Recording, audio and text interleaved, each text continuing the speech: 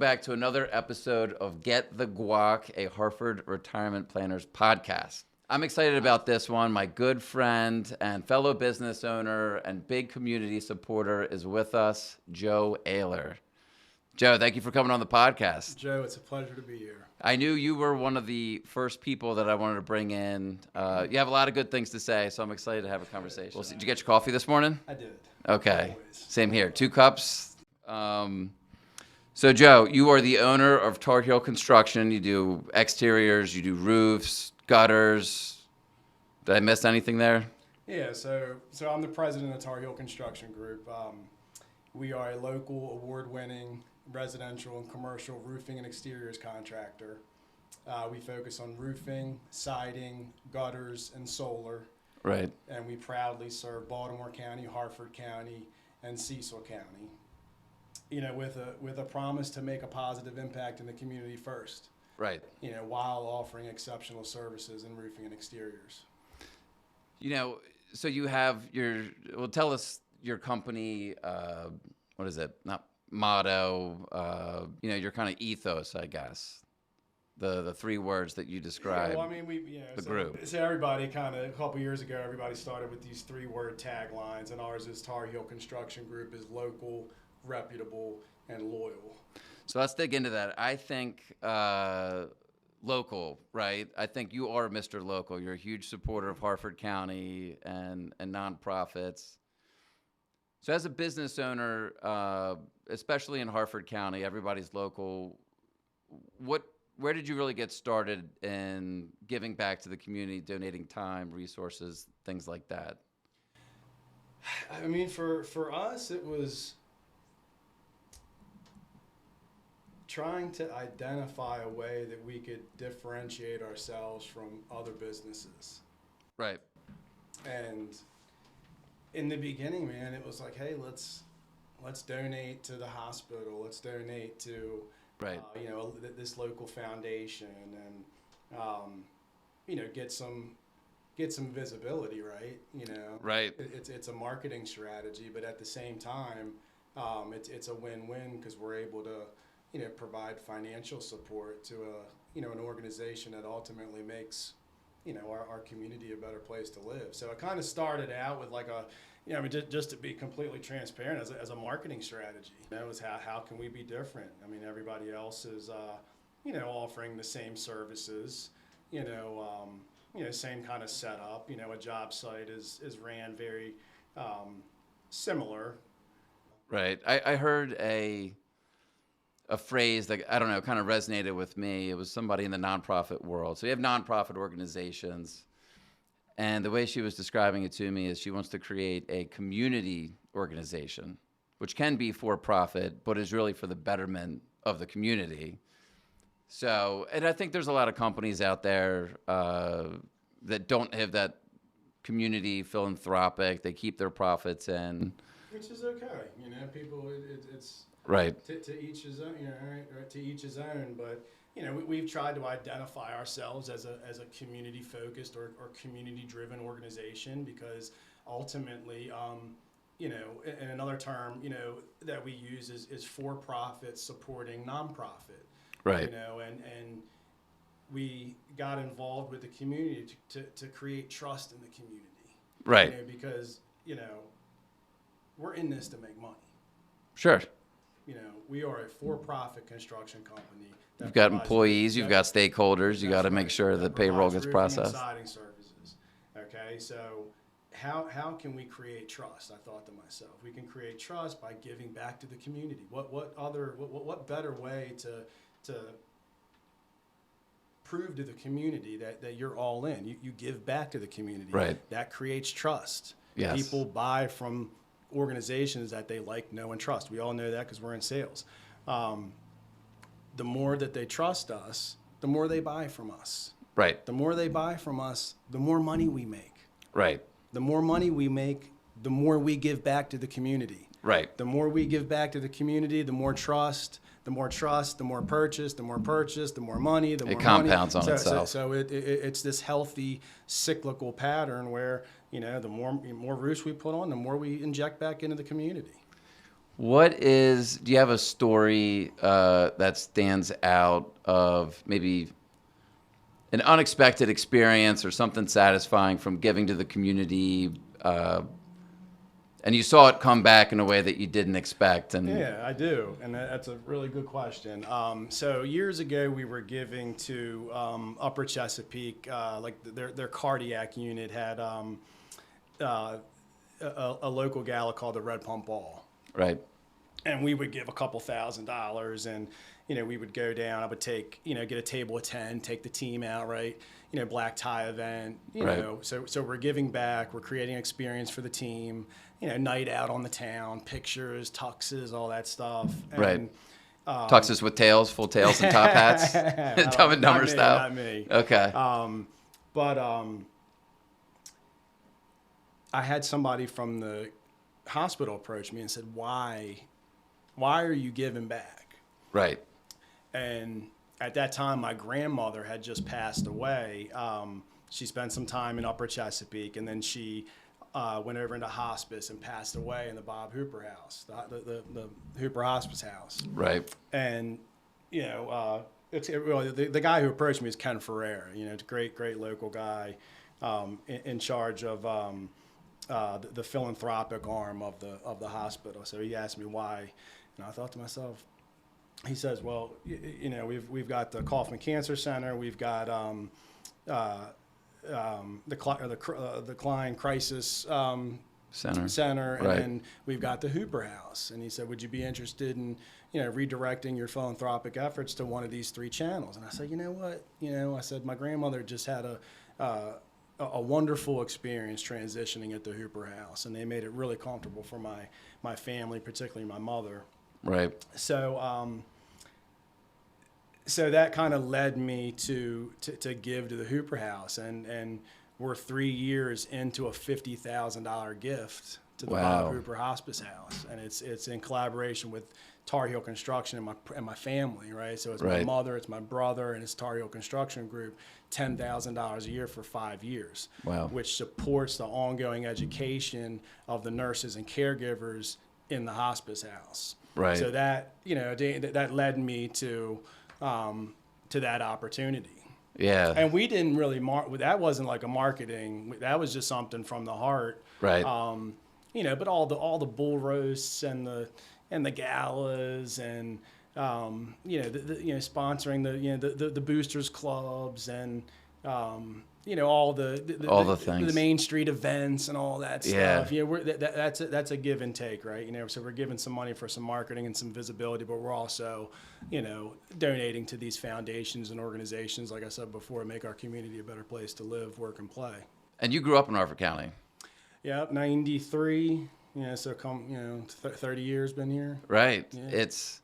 So I was in practice in Towson. That's where my financial planning practice was, and I did Harford Leadership Academy through the community college. Mm-hmm. It was in 2019, and so it's kind of, well, you've gone through it, right? Uh-huh. So you do these field trips around where, one quick funny story, we were at Broom's Bloom. We were looking at the dairy cows, and they were going through like all the different. Great chili, man. Oh my gosh. And the ice cream, obviously. So we're in this like cow thing, and they have one of I don't know, a barn. I'm obviously not an agriculture guy. And they had this dog, and it looked like he was chewing on a bone. I looked down, and he was really chewing on this like cow patty, I guess we'll call it. I was like, oh my gosh. I had to get in my car and drive to this meeting in Philadelphia right after that. And I get into the meeting in Philly, and I'm in this high-rise, like, downtown office. I said, look, if I smell like cows, it's because I just went through this agriculture part of HLA. But it opened my eyes to the community and where I grew up, because I'm a Harford County guy. And I said, why am I driving to Towson? I'm way more Harford County. So we moved the practice here. Perfect timing. March 2020 was when we did our ribbon cutting. I think 2 weeks later we shut it down because COVID got in the way of things, at least for a little bit. So glad that's over with. Oh, me too. Me too. I'm very much. Are you at work? Do you ever work from home? No, No, I can't do it. not a work from home guy. I need to, put pants on and go somewhere. Yeah, I'm the same way. We live in Darlington, and we had really poor internet service for many years, and just, excuse me, got Starlink about, I don't know, 9 months ago. Yeah.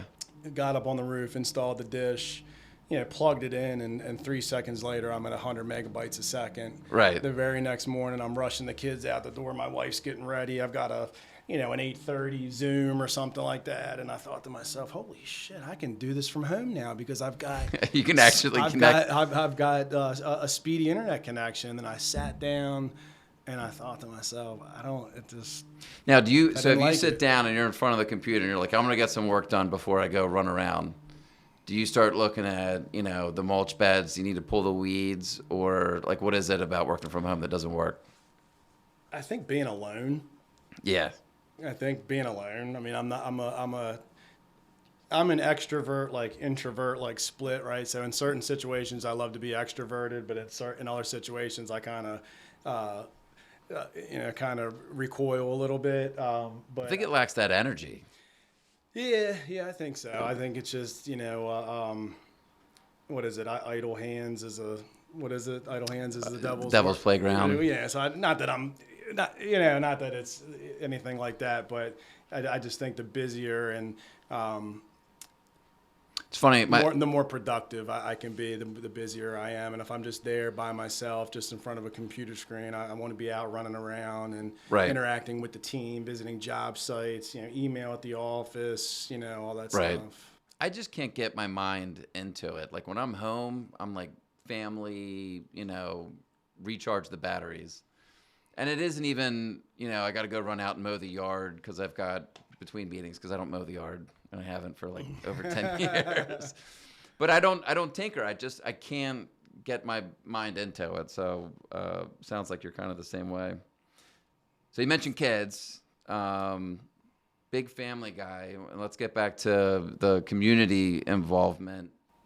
We accumulate a lot of things at the house when we have kids, right? Right. Toys and constantly cycling through clothes and all that stuff. So, my daughter actually, we've got a marketing setup with a tent and flags and a table and all that stuff. And Right. my daughter asked me to set that up, and wanted me to pack my truck full of things that she had placed at the front of the garage door to have a yard sale, right? So I said, yeah, this was in the summertime. Kids are out of school.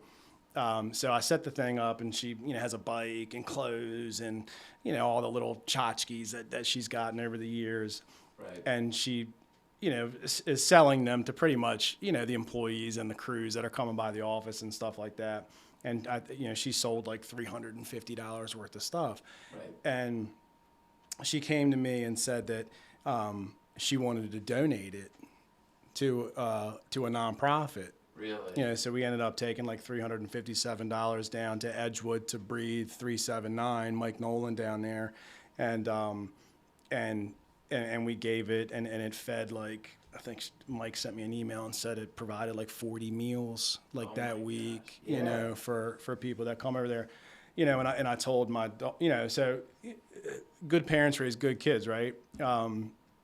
And they see everything we do. So that was kind of a heartwarming moment to see that my daughter wanted to sell some of her old stuff and then, not go out and, purchase something for herself. A new pair of shoes. Right. Something else that's going to end up in that pile. So that was a good, that was a good moment.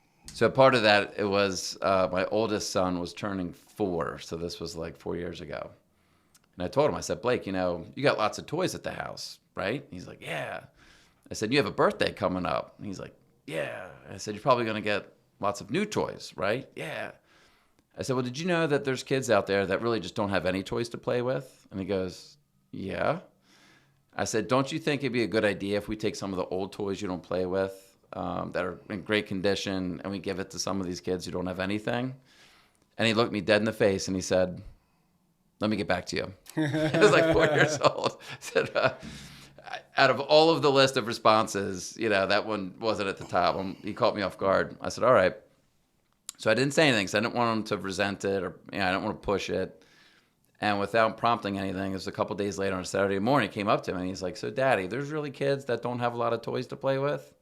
I said, "Yeah." I was like, "Why don't we get some of this stuff that, you can give it to these kids?" So we went through, and I was striking while the iron's hot. And we were putting all these things in bags and took them to the Success Project in Havre de Grace. So we rounded up all these toys, and then years later, I think you guys do something similar, probably a little bit bigger than we do, where you go to Target, you go to Walmart, and you pick out a bunch of toys. And you guys tell me about that, because you guys go all out. You get dressed up. Yeah, we'll make it fun. And, we've had some criticism, over the years, that it's, whatever, self-centered, or we're placing the spotlight on us. But, ultimately, like I said before, we're trying to influence other businesses to give back to the community. Yeah. And if we didn't highlight opportunities to give, then how are we ever going to influence anybody to do the same? So, once a year, we'll get everybody together and we'll go up to Target and, whatever, $7,500, $10,000, take, 7, 8 of the guys up there and just Dressed like Santa Claus, yeah, right? Santa Claus. And then I love that. We'll bring the big roll-off truck in, and load it in and take it to the Toys for Tots of Hartford County drop-off centers, usually over at Tim and Michelle Langhauser's place, or Kevin O'Brien over at Old Line Barber. So we'll drop it off over there. So Right. yeah, I mean, it's just I don't know how you throw criticism at something that's a win-win. Yeah. Well, you're always going to have haters out there, but Yeah. but yeah, that's fun for the team. And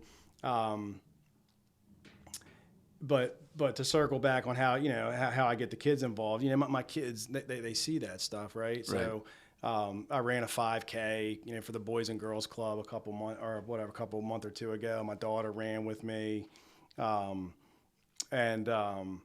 you're setting a good example. You're involved in the community. Tar Heel's growing, but let's go back in time and switch gears a little bit and start about how it all started. Yeah. So I think, like most roofing companies, their origin story started with you, fellow Seagull at Salisbury, with a biology degree, which of course translates to starting a roofing company. Yeah, nobody chooses roofing. Roofing chooses you. Okay, so tell us a little bit of how you went from biology major to Tar Heel construction owner. Yeah, so graduated 2002 from Salisbury, and I grew up next to a really wonderful family, and their middle daughter was a year older than me and graduated a year before me at Salisbury. Okay. And she had a connection down at Johns Hopkins School of Public Health, and she worked in a medical research lab that focused on ALS, or Lou Gehrig's disease. Yeah. And it was a rodent based, kind of research facility. So she graduated, worked at Hopkins. I graduated the next year. She moved on and moved to California, and then got me into the lab. So I found myself, trying to beat the Baltimore traffic, leaving the lab at 3:00, and One might call it the rat race. Is that... so all and I was only. I mean, the pay was not desirable. So found myself leaving the lab, and ultimately left the lab, and It was an experience that was viable because it taught you that wasn't for you. Right. Right. So I wanted to find something else. So my mom was so proud that, my family was so proud that, my son is working at Johns Hopkins and, the School of Public Health doing this kind of research. And then I call my mom and say, yeah, I left Johns Hopkins. I called a good buddy of mine from high school and said, dude, I'm not at Hopkins anymore. I need a couple dollars in my pocket. What are you doing? Right. And he said, dude, I'm working for a roofing company, man. You can start on Monday. You're going to be picking up shingle trash. Right. So call my mom. Hey, I'm leaving Hopkins. I just spent $50,000 on a college education, work for Johns Hopkins. Hey, Mom, I'm picking up shingle trash. Right. I'm putting on roofs now. So. And she would be thrilled, like most mothers probably would, So right? She wasn't too happy, but I'll quickly fast forward 20 years, and now she's incredibly proud. Of course. And I'm able to do things like have an opportunity to pay off her mortgage, or move her into an in-law suite at my house as she ages, or give her comfort, financial comfort, or give her more of my time, and What do you think it was about roofing? Um, so there's a phrase or a term, I'll probably butcher it because I usually do that with these things, but people say, you have to find your passion. Your passion can't be making money or growing your business. You have to have an actual passion for what you're doing. What was it that unlocked something in you about roofing that you're like, this is satisfying, or this well, is yeah, doing something? I like the roofing because you're outside.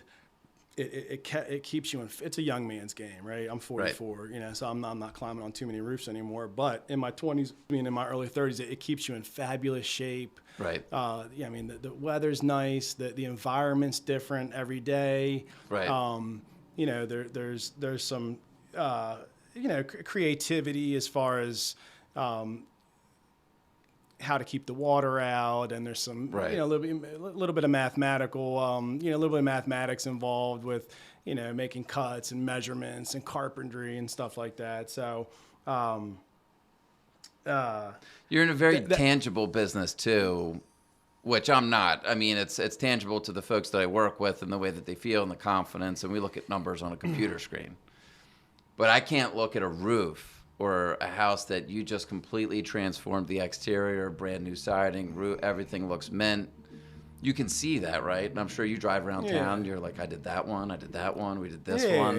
Yeah. I mean, the meme where the dad's in the car with Right. the kid. I worked on that house. Right. No, but the guy who I called was a dear friend of mine, and he's been a dear friend of mine for 30 years. And he's our director of operations, Scott Shanedeans, for all you guys that know Scott out there. Just a wonderful guy. We've been working together for years. And I was working with one of my best friends. You're outside, you're keeping in shape. And then my aha moment was we had been putting on roofs for 6 or 7 years as a subcontractor, which means that we are hired by contractors Right. that hire subcontractors to perform the work. Right. And we, I was in my late 20s, early 30s, and been putting on roofs for 6 or 7 years with Scott, and we were on a job one morning, and I looked down, and here comes this young kid strutting up the driveway, and we were loading a roof, and I tapped Scott. I said, "Who's that?" And he says, "Oh, that's so and so. He started a roofing company." Right.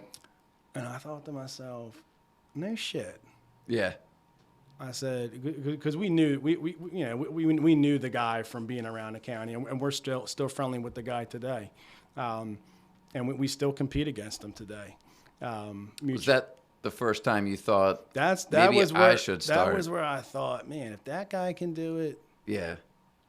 I know I can do it. Yeah. And that's when the light bulb went off, and that's when you go out and you register the LLC and the business with the state of Maryland, and then you get the intellectual property, and then you get the office, and then you get the trucks, and then you get Right. the office equipment and the insurance and all the printers and all the things, and we've built this thing up over the last 10 years. But that was kind of, so Ad Hopkins wasn't my deal. Call a friend of mine. He says he's putting on roofs, pick up shingle trash, eventually grow to an installer. And then we led a crew of 10 for many years, put on many, many roofs, and then had the aha moment, and then went out and started Tar Heel Construction Group. Next September 15th will be our 10th year in business. Yeah. We've put on thousands and thousands and thousands of roofs over the years, and have created a reputation and a brand where our employees are proud to work there. So Tar Heel's obviously a success story, but I think all successful businesses certainly go through an experience where you question, am I doing the right thing? Maybe a challenge that gets thrown your way. Give me a story about a time just getting started where you thought, I don't know, and a gut check moment in business. So our accounting practices weren't as sharp, right? As our business has grown, I mean, we've got, a staff of 18, dozens and dozens of others, multiple teams on subcontracting groups. So we've got a pretty large business. But in the beginning, when you're sourcing the lead, when you're running the appointment, selling the job, ordering the material, managing the project, invoicing the project, quality assuring the project, Right. You're spinning all those plates. And I remember one year, we had kicked the can down the road as far as the relationship between our income and operating expenses wasn't balanced the way that it should have been. And we got all the way to November, and I remember I owed vendors money. Yeah. And you have it January, February, March, April, May, June, all the way down, and then once the end of the year comes, it's like, hey, we owe X vendor $40,000, or we Right. owe so and so $10,000. Yeah. And I remember looking over at Scott and saying, dude, we don't have the money. Right. Because we didn't have anybody to teach us how to operate a business, right? Right. How to balance your books. And because we were early in our career, right? So I ended up having to take a small business loan, SBA loan, Yeah. to cover my debt. And so we paid our debt, and we had a little bit of working capital, and then, and smashed the next year. And Right. we paid off the debt, and we put our nose down, and then, went from 0 revenue to 500,000, and we went to $1 million, then we went to 2, then we went to 4, then we went to 8, then we went to 10, then we went to 12, and Right. we're the pedal's down, man. We're hustling, and You said something earlier before we started recording. It's consistency is everything, right? Habits, business practices, quality, the decisions you make when nobody's watching. You're up on that roof, the homeowner's not up there. You got 2 different ways of doing it. One takes a little bit more time, but it's better quality. The other one, no one's going to know the difference, but might have a higher chance of failure point in the future. And I've been around you long enough. I know you guys go with the one that you do it right. Do it right, do it once.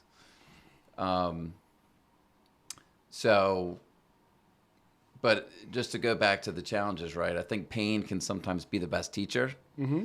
And I'm sure you learned that lesson. Hopefully, if you're smart, you only have to go through and learn the lesson once. Failure is the best way to learn, man. Right. It's the best way to learn, and in a lot of aspects. I'm glad we didn't have a mentor or a teacher in the beginning, because the best way to learn is to make those mistakes. But ultimately, with the consistency is, I think goal setting is sensationalized.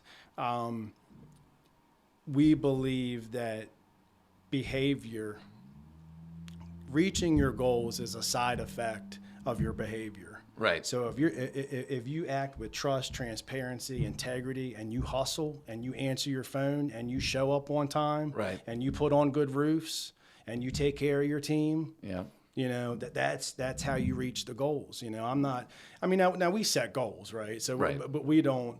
But you're not going to compromise the process in order to try to achieve a goal. It's quality, and hopefully we're headed in the right direction, which obviously you guys are. We're climbing a mountain. We're doing it the best way we can. We're going after it every day. Yeah. And then when we're ready to stop, we're going to look back down and say, holy shit, did you see how far we got? Right.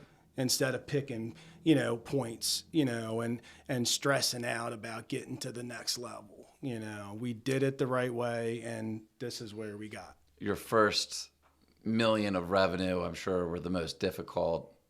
The last ones, once you kind of push that rock up over that hill, that momentum, as long as you stay true to what your values are, continues to roll a little bit quicker. It's contagious, man. And I've said that multiple times. Success is contagious. Yeah. It doesn't matter what you're doing. It doesn't matter what industry or what it is. It doesn't matter what it is. If people want to be around successful people. They want to do business with successful companies. Right. But Did yeah, you always know that you wanted to be a business owner? no. Yeah, interesting. I mean, even in the beginning when I grew from, picking up shingles to, installing them to getting good at installing them. Right. Because there is craftsmanship that's involved with roofing. It's not just putting on shingles. There are some critical thinking pieces that need to happen when you're Sure. putting on a roof, right? Right. But I remember when I started selling roofs, right? I remember, when I sold, 1 or 2 million in a year, and I started getting into a groove. I was like, man, dude, That's a different skill set, isn't I it? think I can. I'm a salesman. Like I can, but I was just talking. It was just transparency, no bullshit. Yeah. And when people feel that, just like I'm talking to you right now, People- that I don't have a mask on. I'm not trying to pretend, Right. to be somebody that I'm not. And I think Yeah. that was a big driver of a lot of our sales in the beginning was I truly wanted to put the best roof on that I could. And I had the tools and resources available. Right. And people believed me. And we made it happen. So we talked the talk, we walked the walk, and Right. then you gather more happy customers, and your happy customers are always your best marketers. Isn't that funny? It's so simple, yet so many businesses just get it wrong. Yeah, I mean, Simple doesn't make it easy, but I don't know. I think as a business owner, you have all these forks in the road where you go maybe for the quick buck rather than. I think a lot of businesses might step over dollars chasing nickels. Like you, I thought when I was younger in this business, I was in a group full of advisors. They all had a lot more gray hair. I don't know if I'll be able to say that for much longer, but I thought So- you colored your hair. no, not yet, not yet.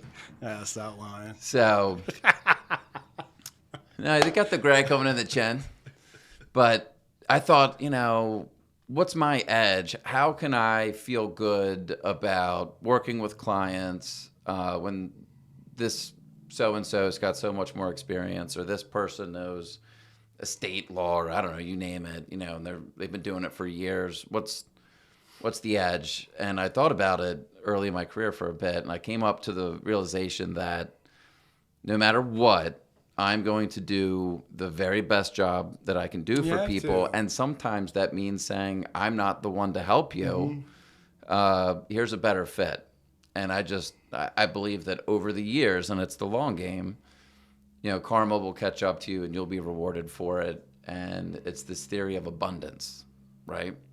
There's more than enough business for everybody out there. We're really not all competing against each other. If anything, we're competing against ourselves. So once I got that mindset, that I'm going to leave everybody better than the way that I found them, that might mean that we do some business together. It might mean that we don't.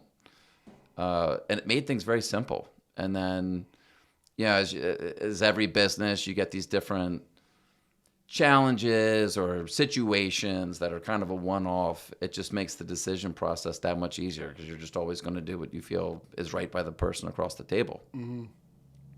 And that's the best strategy because that's the one that you would want if someone was putting on your roof and you didn't know anything about it, or planning your, retirement.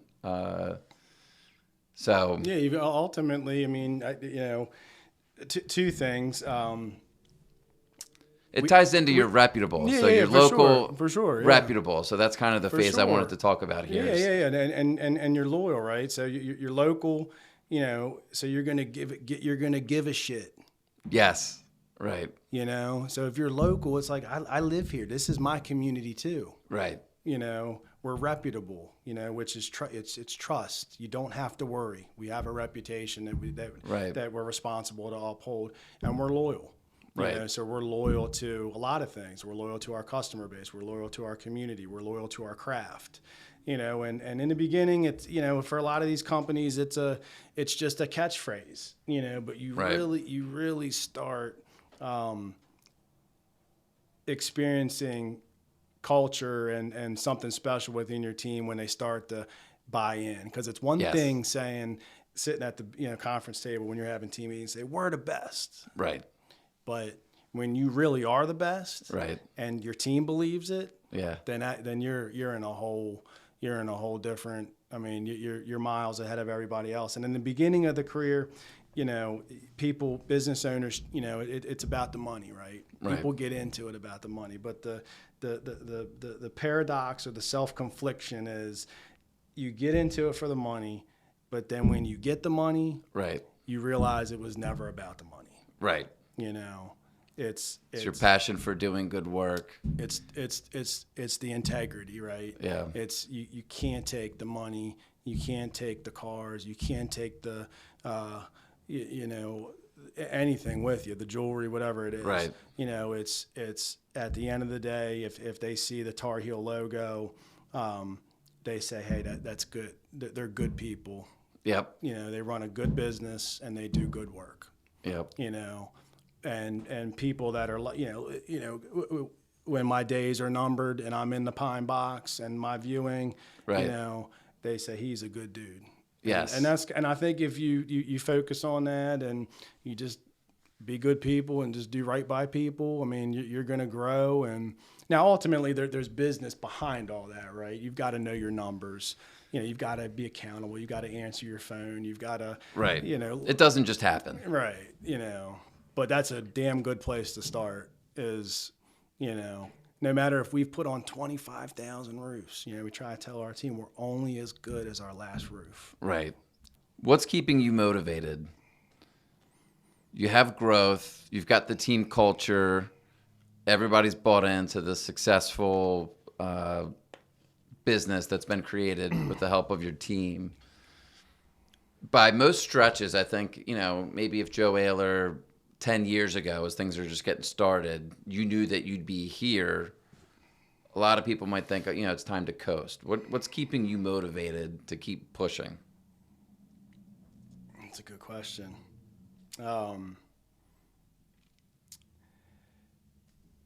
Just to stay on top.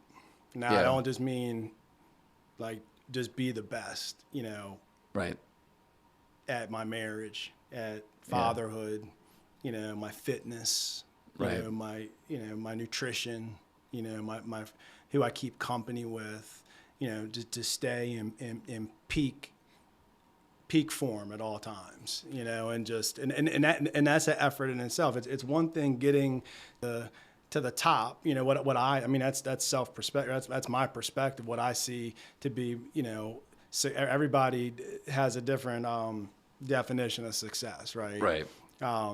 My definition of success is a pie with multiple pieces, right? What I just said, my nutrition, fitness, friends, right, business, fatherhood, husbandry, all that stuff. Balance, and then just peak performance, in all areas of my life. And just enjoying the journey. Like I said about the behavior and reaching the goals, man. I mean, people, Joyce Myers, right? She famously said, "Don't get so focused on the destination that you forget to enjoy the journey." Yes. And I like enjoying the journey. It's like, I met with a financial advisor who, by our industry standards, climbed the mountain. Co-founded this group. It got big. He ended up going in a different direction with a nice financial exit package and very financially secure. And he's not that much older than me. He's still young. He's on... and I've reached out to him, and I said, I'm just so curious to learn from your experiences. He's... And he said, Joe, one of the regrets that I have, which is something I'm interested in, I don't want, if somebody can teach me a mistake that I don't have to learn through pain, I'm open to it. He said, one of the regrets I have is that I didn't celebrate the milestones and the victories enough. He said, when we hit X amount of dollars under management, I was like, oh, cool, next. We're on to the next thing. Or once we open I don't know, this extra location. Oh, great. Next. He's like, we were on this treadmill and we were advancing the business, but we were always running and we never stopped to smell the roses. I think it's human nature to want to just move forward. Right. But I remember we bought what we considered to be our forever home in August of 2020. Right. And I remember I was incredibly stressed out about taking on a much larger mortgage and, just the changing of the seasons, and just new chapters and stuff like that. I was extremely stressed out, and I thought to myself, man, this new house is going to make me content. Right. And I've reached, and I remember early one morning when everybody else was sleeping, a beautiful sunset was coming up over the hill, and I stood there with a cup of coffee, and I'm just like, this isn't what I thought it was going to be. It's not unlocking some I door was have like this glorious enlightenment, I've made it, you know. And it was like the next day back to work. I'm on to the next one, and then I started thinking, you get a house, and you get a bigger house, and you get a car, and you get a faster car, and it's not about that, man. It's about coming in the door, after a long day of work, and then seeing your wife, your kids at the dinner table. Right. My wife helping my kids with the homework, my dog running up to me and, muddy paws all over my, or whatever it is. And just stopping and just taking a look around, saying, man, this is all right. The appreciation of what seems to be small things are often the most important. Yeah. I think, I don't know if you've experienced this as a business owner, but I am way more comfortable with being uncomfortable. The longer you're in business and the better things get, the more you challenge yourself, the more you realize you can handle a lot more than you thought you could. Absolutely. A lot of that's being uncomfortable. I know a lot of people don't want to come on podcasts or put their video, their face out there, or talk to groups of people, or I don't know, whatever it is with business, expand your territory or bring on a new team member. And the more you do these things, my experience at least, is the more you get comfortable with it. Yeah, you get used to it, yeah. And it's pretty cool from a business owner standpoint, which bleeds into the personal life of you don't really get rattled as much. You've seen some things that you're able to, unless nobody's dying, it's going to be okay. Anything can be fixed. That's just one observation I've had in my entrepreneurial. Yeah, and I think so many people out there, especially with the evolution of the internet and with social media, people are so worried about what people think about them. Right. And I do okay on the podcast and all that stuff, but public speaking, I struggle with that, because I think it's just a foundational human element for us to, worry about what people think about us. But I think when you unlock that, and you're like, look, I don't fucking give a shit what you think about me. I know what I think about me. But speaking, public speaking engagements, I've done more of them. I've done more podcasts, like you said, hiring people. Right. Even with, a couple months ago, I started running. Like I was a cyclist, and I like to work on my cardiovascular fitness, and I walk my dog all the time, and I thought to myself a couple months ago, I'm like, why don't I just run with my dog? Right. And, now it's like, you run 5 miles with the dog and you come back, you're like, no shit, I never thought that I could do a 10-minute mile over 5 miles. Right.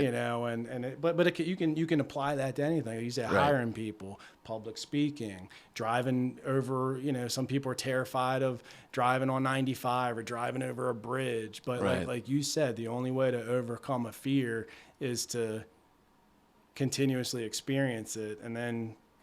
Now, you mentioned the bridge thing. Before getting married, my wife had no issues driving over the bridge because we went to Salisbury. It's where we met. You'd have to go over some bridge.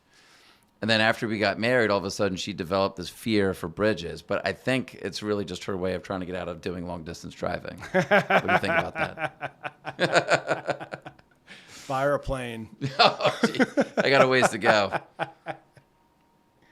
How do you balance family and work? there's a lot of people who look successful and maybe have the trappings of wealth, but let me put it this way. I saw a quote recently of no one's going to remember all the extra hours you put into work, but your kids will. So how do you find the ability to feed this growing business and also be present and available and make memories with your family? Yeah, I mean, you got to have a team, right? You know, Yeah. I'm blessed to have, you know, I mean, we truly are a family and friends business. I mean, it's Scott, who's been one of my best buddies for 30 years. It's my mother-in-law. It's my sister-in-law, who's our controller, handles all of our finances. Mother-in-law answers the phone. It's a, you know, Ryan is a guy I played high school baseball with. It's Ashley, who is a friend's wife. And then, you know, all these pieces that we've kind of grown from within, and we've built a team that I can trust, right? And Right. but it started with the, you know, doing the good work, you know, building a solid reputation, you know, taking care of your customers, and then you start to what we talked about. You start to attract top level talent, Right. you know, where You wanna be part of a winning people team. want to work for you, and good people want to work for you, Right. you know, and then you build the team, and then you trust the team, and then, you know, if you want to take off a Saturday or a Sunday, you don't have to worry, because roofing, you know, and exteriors can be a very stressful business, especially 7 days a when week. that thunderstorm hits on a Saturday night at 2:00 in the morning, and that radar looks like a giant Big red blob a big moving red through. circle, you know, and you know that Friday afternoon you had a humongous roof open. You know, but do I need to question, hey, is that roof watertight? I don't need to, my team, I don't need to question that, Right. because I know that, you know, we've been doing this long enough where, you know, so, but, you know, so you gotta have a team, and you gotta have people that you trust, because without my team, without the, you know, the Tar Heel family, you know, it's every cog is important. You know, you're only as strong as your weakest link, right? Right.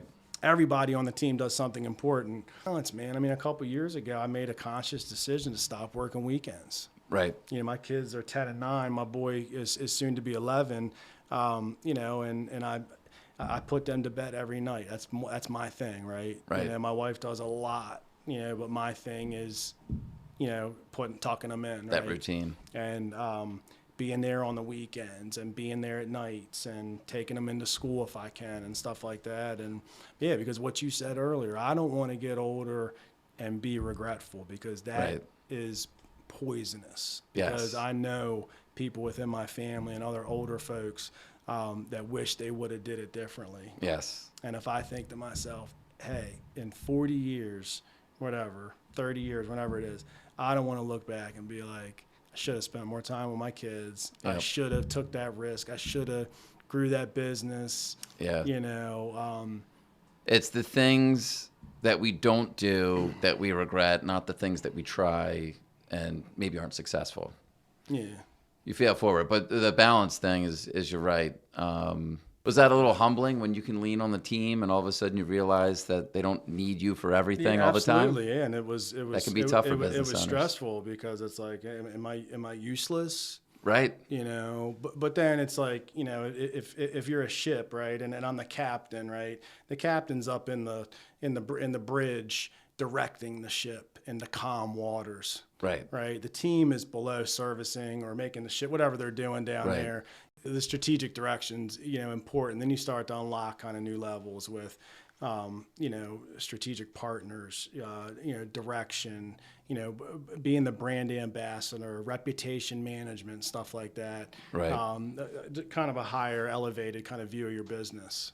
I think with a good team, everybody recognizes just how important that role is. And you've been doing it the whole time. You just start to strip away some of the day-to-day stuff. You're not cleaning up the roofing material, you know, anymore. You know, it's more specialized and a different type of value placed on leadership. Being And the some captain. people don't get it. We've had people in the past that think that, hey, if you're not holding a hammer Right. and banging in a nail, Right. then you're worthless. Right. Or you're not. Then you're not grinding, or you're not. Yeah. You know. So it was humbling, and there was some anxiety, but ultimately, you adapt, right? You adapt, and everything changes, and your business grows, and as your business grows, my role as the president of the company has changed every 3 years. I have new responsibilities as you Right. hire on new people and new directions and new strategies and stuff like that. I want to thank our guest, Joe Ayler of Tar Heel Construction Group, for coming in. I think at the end of this episode, we all realized you live up to the local, reputable, loyal mindset. So, Joe, thanks so much for coming onto the podcast. If you could, please tell us where we can find you and Tar Heel Construction Group. Yep. So we are Tar Heel Construction Group. We're a local roofing and exteriors contractor. You can check us out online at tarheelconstructiongroup.com, or you can give us a call at 410-638-7021. Thanks again, Joe. And thank you, everybody. Thank you for watching.